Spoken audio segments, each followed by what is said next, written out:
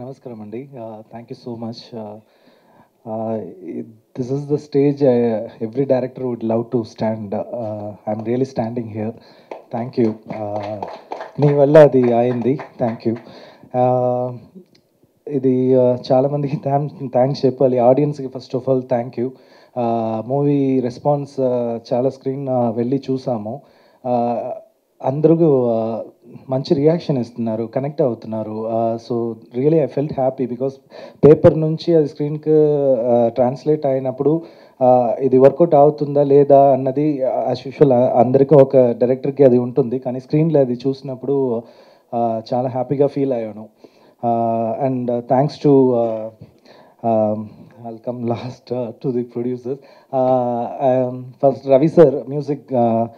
He loved the film and he always boosting me.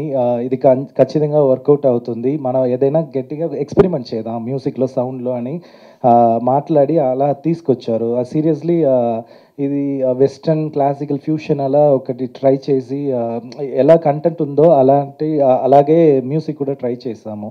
So thanks to Ravi sir and ఎడిటర్కి thanks అనిల్కి, because ఈ ఫిల్మ్ని editing చేయడం చాలా కష్టం, because simultaneously things are happening. So నాతో డైరెక్షన్ టీమ్తోనే ట్రావెల్ చేసి ఫైనల్ వరకు ఉన్నారు. And DOP Satya, production designer Chinna sir, costume designer Ashwini, అందరికీ చాలా thanks. Till the last person who work for the film and especially my direction team, వాళ్ళు ఇక్కడ లేదు, మా అప్స్ అండ్ డౌన్స్లో ఉన్నారు. వీళ్ళందరికీ థ్యాంక్స్ అండి, డెఫినెట్లీ యాక్టర్స్ అండ్ ప్రొడ్యూసర్స్కి. ఐఎమ్ రియలీ ఫీలింగ్ హ్యాపీ, కానీ జస్ట్ వెన్ ఐమ్ థింకింగ్ నేను పూర్తిగా హ్యాపీగా ఫీల్ అవ్వలేను. అది ఎక్కడ ఎందుకు అని I was just thinking, keep on thinking, I couldn't take it. ఎందుకంటే వాక్ ఇన్ ఆడియన్స్ కొంచెం తక్కువగా ఉన్నారు, అది మంచి రెస్పాన్స్ వస్తుంది. Majority of the audience are talking good about film, కానీ వాక్ ఇన్స్ అన్నది కొంచెం తక్కువగా ఉంది. ఆయన చెప్పినట్టుగా Zebra is a new age film, it's a modern age film.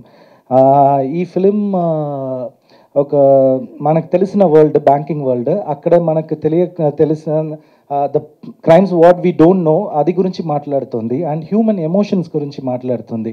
Because నేను టైప్గా ఇష్టం లేదు నాకు, హీరో వెస్ విల్లన్ అలా, బికాస్ నేను రైట్ మీరు రాంగ్ అని ఎవరు చెప్పలేము, బికాజ్ ఇప్పుడు సోషల్ మెచ్యూరిటీ వచ్చింది అందరికీ. సో ఆ సోషల్ మెచ్యూరిటీ, ఆ అండర్స్టాండింగ్, బికాజ్ మీకు కూడా ఒక పర్స్పెక్టివ్ ఉంటుంది మీ యాక్షన్ వెనక. సో అదే నేను విల్లన్గా డిసైడ్ చేశాను, అదే హీరోగా డిసైడ్ చేశాను. సో అదే బ్లాక్ అండ్ వైట్, అన్ని బ్లాక్ షేడ్ వైట్ షేడ్ వస్తుంది బయట అని. సో ఈ మూవీ న్యూ ఏ సినిమా ఎందుకు మళ్ళీ చెప్తున్నానంటే, మేము కొత్తదిగా ట్రై చేసాము. యాజ్ అ డైరెక్టర్గా, యాజ్ అ రైటర్గా నాకు నమ్మకం ఉంది డెఫినెట్గా. ఏదైనా ఏ స్టోరీ అయినా చెప్పవచ్చు, కానీ ఎంత ఇంట్రెస్టింగ్గా చెప్పబోతున్నాం అని దాంట్లోనే ఆడియన్స్ పుల్ చేయడం ఉంది.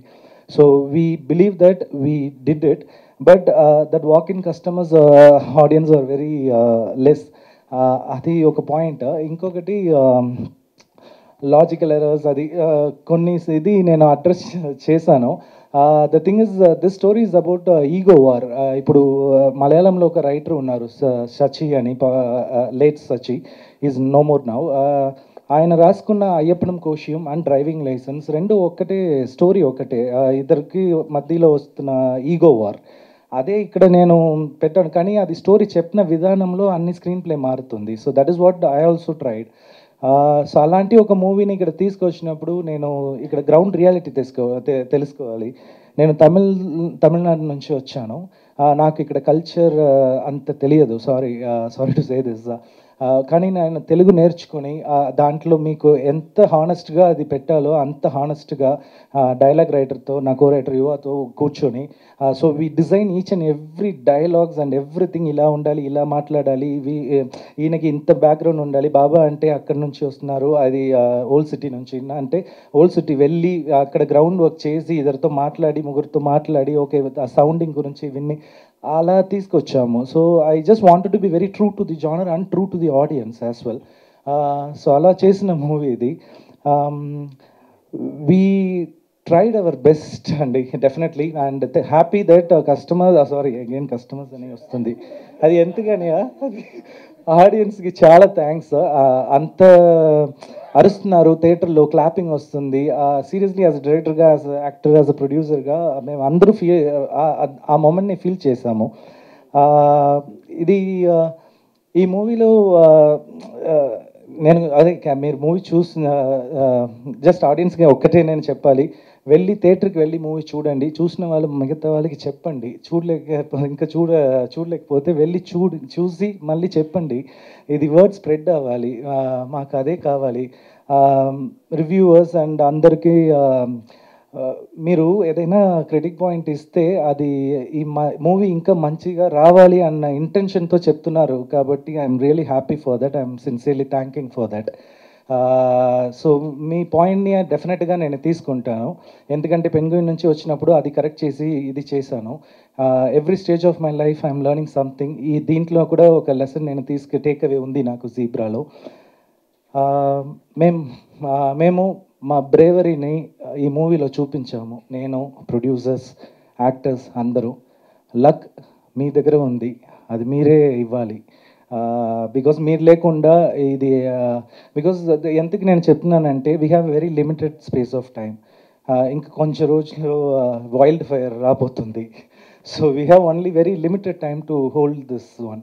సో దాని లోపల డిస్ట్రిబ్యూటర్స్, థియేటర్ ఓనర్స్, ప్రొడ్యూసర్స్ అందరూ, బికాస్ మన మూవీలో హ్యాపీ ఎండింగ్ ఉంది, కానీ వీళ్ళకి కూడా హ్యాపీ ఎండింగ్ కావాలి. అదే నా కోరిక. So that is what I'm thinking. And actors గురించి మాట్లాడాలంటే Satya and Dhananjay really they nail the character. Definitely as a డైరెక్టర్గా నేను హ్యాపీ. ఆడియన్స్ కూడా అప్రిషియేట్ చేస్తున్నారు. నాకు ఒక్కటి అనిపించింది, just take it in the right sense, please don't mistake. Satya లాంటి ఒక యాక్టర్స్ ఇన్ కేస్ తమిళనాడులో ఉండంటే ఇంకా గట్టిగా దే వుడ్ హ్యావ్ సెలబ్రేటెడ్. నేను నిజంగా చెప్తున్నాను అది.